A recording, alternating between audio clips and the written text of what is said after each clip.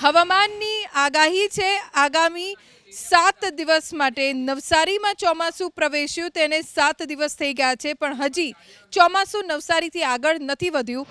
હવામાન વિભાગની આગાહી અનુસાર ચોમાસું આગળ વધે તે માટેની સિસ્ટમ જ નબળી પડતા ચોમાસું નવસારીમાં જ અટવાયું છે.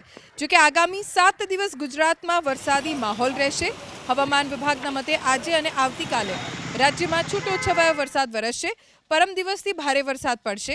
આજે અમદાવાદ, સુરેન્દ્રનગર, રાજકોટ, જામનગર, પોરબંદર, જૂનાગઢ, અમરેલી, ભાવનગર, મોરબી, દ્વારકા, ગીર સોમનાથ, બોટાદ, કચ્છ, સુરત, નવસારી અને વલસાડમાં વરસાદ પડશે. આવતીકાલે 18 જૂને રાજકોટ, પોરબંદર, જૂનાગઢ, અમરેલી, ભાવનગર, દ્વારકા, ગીર સોમનાથ, કચ્છ, સુરત, નવસારી, વલસાડ અને ડાંગમાં વરસાદ પડશે અને 19 જૂને વલસાડ, ડાંગ, અરવલ્લી, પંચમહાલ, વડોદરા, નર્મદા, ભરૂચ, સુરત, નવસારી, રાજકોટ, પોરબંદર, જૂનાગઢ, અમરેલી, ભાવનગર, ગીર સોમનાથ, દ્વારકા અને કચ્છ જિલ્લામાં વરસાદની આગાહી છે. હવામાન વિભાગના મતે વરસાદની સાથે 30 થી 40 કિલોમીટરની ઝડપે પવન પણ ફૂંકાશે.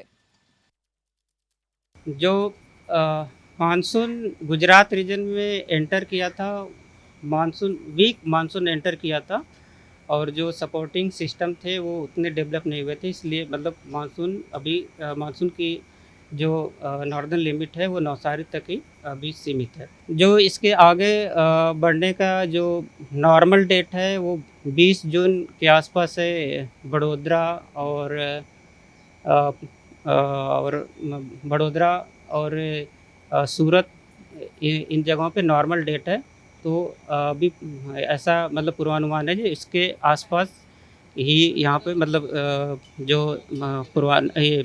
साउथ वेस्ट मानसून की एंट्री होगी इन डिस्ट्रिक्ट में.